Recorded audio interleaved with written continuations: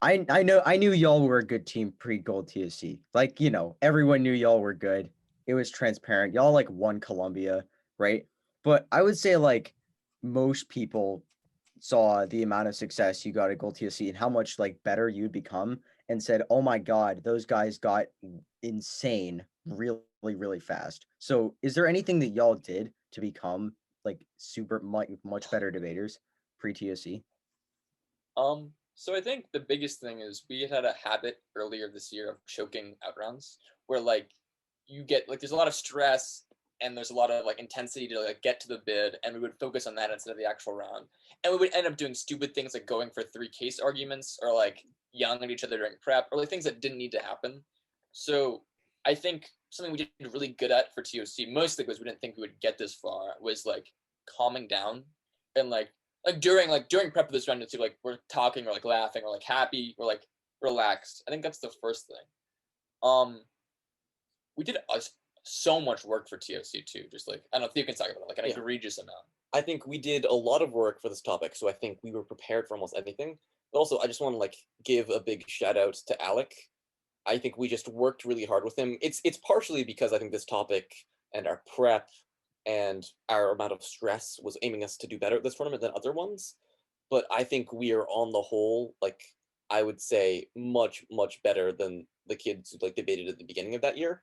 Because we had just been learning over time through debating more rounds than we had debated cumulatively in the first 2 years of our debate career, through doing a bunch of drills with Alec, who was very, I think, unique strategies, and basically through just training and learning, we just got a whole bunch better. I think just hard work pays off. Right. Yeah. I wanted to focus on kind of specifics about drilling and scrimming. So I think that's something that a lot of teams are like moving towards, and a lot of younger debaters really need to focus on to like take the next step. Make it past the bubble round, make it past the bid round, etc. So I had a couple of questions for different types of drills. There's obviously, the ones everyone talks about: redos, analytical rebuttals, etc. So the first one that I think, I don't know if Alec has told you about these, but cross drills. Is that something y'all practice at all? We do some cross drills. I will admit that I am maybe like the worst cross person ever. I think in like more tech rounds, it's like I don't have any questions. You can go just because I just want to like focus on the flow. But we do some cross drills with Alec. I think what he says, I think is pretty good, which is that I mean this is like very obvious, but I think that like every part of debate is like a performance. So you gotta like from start to finish like cater to the judge. So what he says is just like be the best version of yourself. Always answer the questions directly. Always like answer immediately.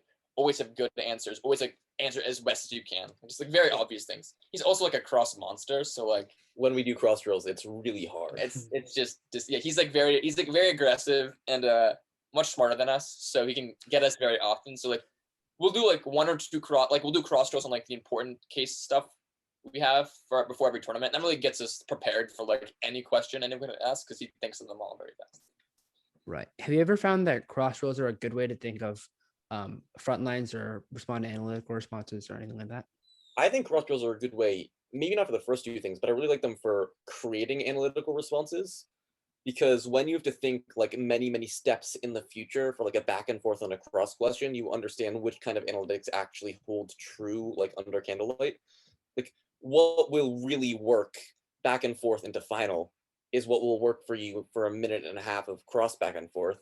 And so I think for some of like the big logical holes that we would use in most tournaments, it would come a lot from us like doing either cross drills before tournaments or spars before tournaments, or even from like round 1 or 2, we'll just think of a question on the spot and that will become a response that is on our flow for the rest of that tournament. Gotcha. So yeah, I think it's something else people don't really see. Like there are multiple layers to the debate, and cross drills, you have 1.5 minutes, you can test out the argument in all of its multiple different layers. Great way to filter out bad, good arguments. But something else I wanted to ask was how, or I guess let's talk about drilling specifically. Did either of y'all have like a specific drill that you really like doing before tournaments or such? I think the two key drills to do, or I guess the two key drills to do is when you have to do rounds and a lot of rounds and have people to judge your rounds or critique your rounds. Because I think like I like redos, but I think redos are sort of unrealistic in that you don't get 6 times to give a speech before you have to give that speech. Like it's got to come like this. So, well, I do have we obviously do redos. I think it's like not the most portable drill because like I find that rarely you're stuck in the same situation that you are in the round before. So I think it's not as helpful as you think. So I think like just straight up practice rounds are number 1. I also think frontlining drills are number 2 because that's where like the majority of your redos come from is like how do I mess up the front line? Because I think ideally going to a tournament you should know how to weigh your argument, how to extend your argument, and how to extend your defense. So it's really like the specific interactions between their defense and your case, which is important. So what we usually do is have someone or like Alec or Theo or I will just dump 8 minutes on a rebuttal and need like a minute to cover it or something. Not a minute. Not a minute, a minute 30. But we just try to get it as efficient as possible while line by lining everything because we're a line by line team and we think that like as long as we can get that efficiently, we can start to time skew teams and start to win offense really well. And that's like the most important thing, right? Because we think that like you obviously need to win your offense to win the round. So as long as we can so we just practice winning our offense basically. I think the key thing for any drill you do is if you're going to do a drill and it's not going to be a redo, you should do that drill to completion. If you're doing front lines, you want to do front lines for the most possible responses to your case, and you want to do that drill until you have it down like that, because you aren't going to get a second chance in a round. So I think getting the perfect summary for a round that you did once and never going to do again isn't that helpful, but getting a perfect set of front lines or perfect rebuttals to the most common stock arguments or a perfect extension with defense on your case, like that is what you need to have down in round. Yeah. Right. Yeah, it's all about like taking your drills and putting them in the context of a hypothetical round, not in the context of something that's happened, but in the context of something that you know is going to happen. I also will say, well, it's not a drill. I think it's great to for like a couple hours discuss with your partner like how do we weigh against this argument? What happens here, here, here? Think about every argument topic and how your argument interacts with that. Because I think a place where a lot of people fail is like the weighing level of the debate. Like like more nuanced weighing as opposed to like we weigh on scope or magnitude. And I think if you can think of that like really like actually, it makes rounds really, really easy. And that means you can spend more time focusing on the more minutiae elements of the debate. Right. Yeah. So is that something y'all ever did? Like prep weighing, or like let's say you had a scrim and you came up with weighing on the spot and you're like, that's pretty good weighing. Did you ever like write it down and throw it on the case doc or yeah, I mean some of the weighing we read in this round was stolen from a speech doc from someone else who read it on us. So that was one thing. But I don't think we had written out weighing, but we had extensively talked about with each other and with Alec about how to weigh our arguments against other arguments. Yeah, I feel like it's kind of unrealistic. You don't know what arguments you're going to hit. So it's unrealistic to be like, here's how we're going to weigh all of our stuff. And obviously there are going to be some topics where like you'll find 2 really interactive arguments that you know have weighing and you know you're going to read. And sometimes it comes in case. Like in M4A, we read healthcare links economy in case because we wanted to have that in case because it was weighing that we needed in case we wanted to be interactive with healthcare. But yeah, it's the interact with developing world stuff. But for this topic, we ended up just understanding that there were a lot of arguments. And so what we just wanted to be able to do wasn't to know weighing between 2 specific points, but to be good enough at knowing our arguments and why they're strong so that we could weigh against at any point. Yeah, so I mean, for neoliberalism specifically, which is what we go for, we basically articulate, like we just need to think about how like our internal link about how poverty is created in the first place through economic systems interacts with every argument. So like, for example, if they went for civil war, we would have made arguments about how poverty leads to civil war. If like for what they go for, we made this retrospective argument that the reason that there are no social safety nets now is because of neoliberalism, et cetera, et cetera. Like, so just thinking about how your internal link interacts with their arguments, I think is something that's pretty helpful. Do you have any carded weighing prepped out for stuff like neoliberalism where it's like structural violence framing for neoliberalism written out, sort of Shrikar Satish-esque, but did not. I know I saw him on the podcast, but we did not end up reading it in any round, mostly because we thought our case interacted nicely on its own.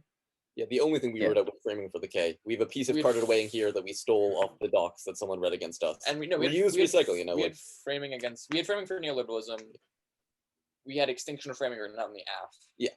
Right. Was, but that's very like everyone. Yeah, like the same as everyone's. And then we had framing for the K. We're not a read out weighing team usually. Yeah. I think generally speaking that's kind of smart. I think, I'm not going to speak to every team. There are some teams that read carded weighing that would slap me any day of the week. But I think generally speaking, carded weighing tends to be kind of inefficient, and Yeah. sometimes it's much better to just go for basically the same thing, but just make it sound more simple and make it faster. And there's no real reason why you have to read a card, right? Like it's not like the author is going to have some profound insight that you could only learn with a university degree. Like they're going to say something like extinction matters because there's nothing after all humans are dead. Like I can just say that. Yeah. Right. That's what we do. We don't read extinction cards. Yeah. But yeah. Yeah. So this is just like, I know PF is like super, people go like complete different sides of the spectrum. So the reason I ask this now is because you all were first rebuttal.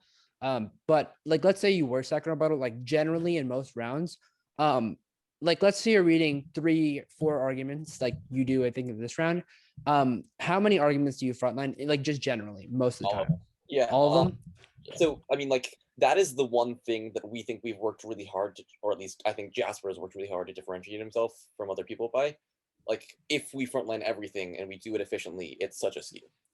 So I'm like the same. I've always been huge on frontlining drills and always frontlining all of case. Like I've always tried to do that as much as I can throughout my career. But what do you think your general like time split is, and what do you think it should be? Like 2-2 or mine is I think between 130 and 230, and then 130 and 230. It's not very helpful, like the normal thing. Usually 2-2.